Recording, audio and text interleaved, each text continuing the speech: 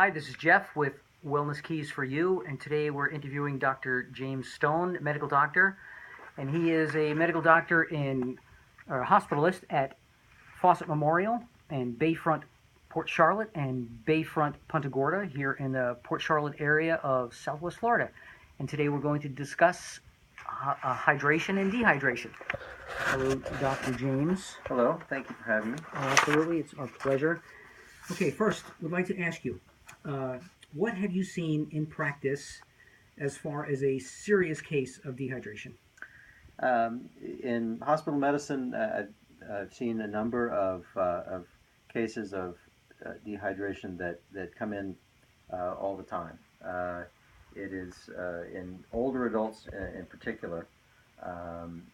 As we age, the part of the brain that senses thirst, called the hypothalamus, it becomes less sensitive to how concentrated the blood is, and so as patients become dehydrated, they lose the ability to sense thirst, and therefore they don't drink as much, and they are more prone to becoming dehydrated.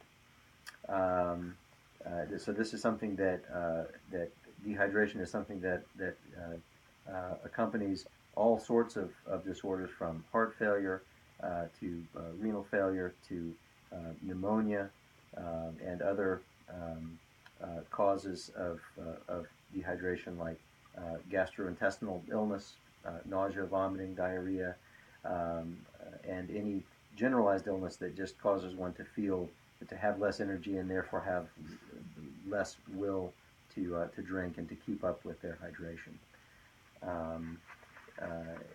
Another one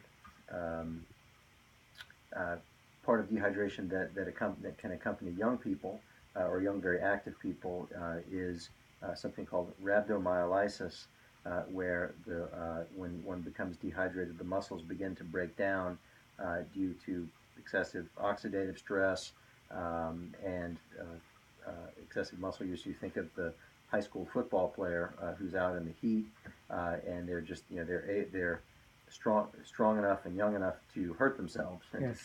to keep working working harder and harder in the heat, and then they get muscle breakdown and they can become very dehydrated. Not pay attention to what they're doing. That's right. That's right. That's right.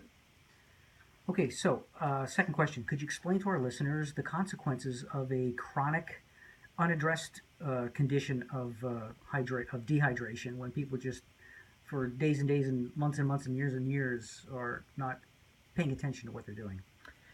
Yes, I mean, chronic dehydration is something that is what we say in medicine is subclinical, in that people are actually dehydrated, but they're not really aware of it, and it doesn't is not something that drives them to going to see a physician, or bothers them enough to make them seek out a cause. But dehydration can, like I said before in the first question, it accompanies virtually all different types of illnesses.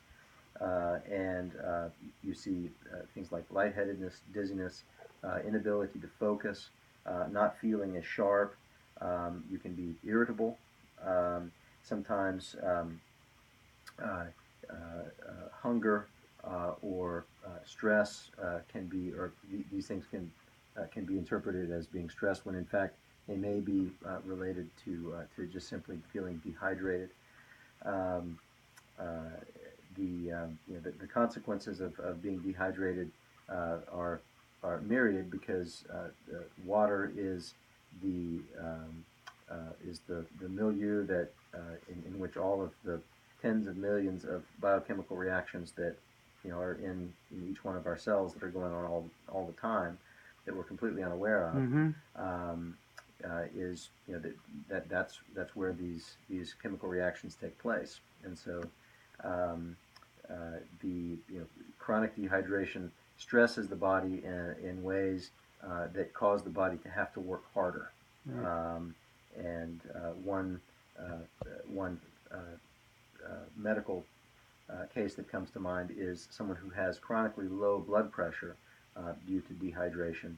The heart has to work faster because it has less blood volume to pump, so it has to pump harder and faster. And it's thicker. And it's thicker, but the heart has to pump because there's less volume. It has to pump faster, and these are chronic tachycardia. Can lead to things like heart failure over a period of weeks to months or years if this isn't addressed. Okay. It's tough to bring beef jerky back to nice supple muscle tissue. That's right.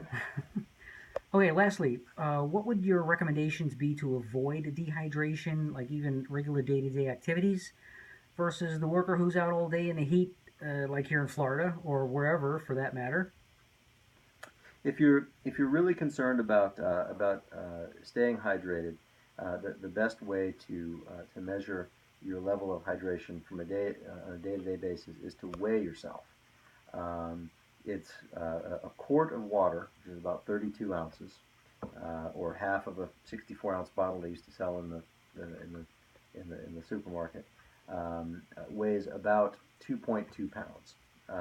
And so if you get on the scale, if you weigh yourself each morning, and at the same time, usually recommended after you wake up and after you urinate, to then you weigh yourself. If you weigh yourself at that time every morning, then you have kind of a general idea of how much you usually weigh.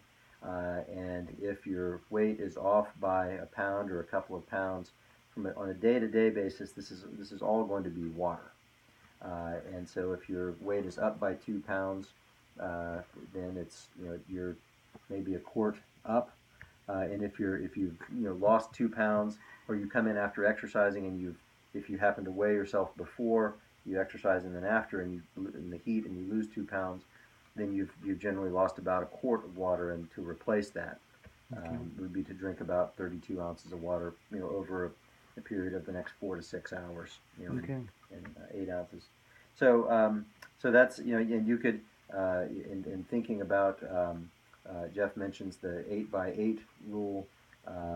For someone who weighs 100 pounds, that may be enough, but you could take the 64 ounces that the 8 by 8 ounces 8 times a day would mean, and you could multiply it by half to make 96.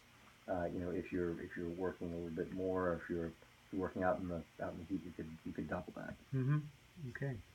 So it could be a quart short, and the only thing, we don't have a dipstick. We just have to use the scale for a dipstick. That's exactly right. Well, okay. I want to thank you very much. I appreciate your time welcome. And your input here. And this is Geoff again with Wellness Keys for You, and we're signing off until next time. Take care.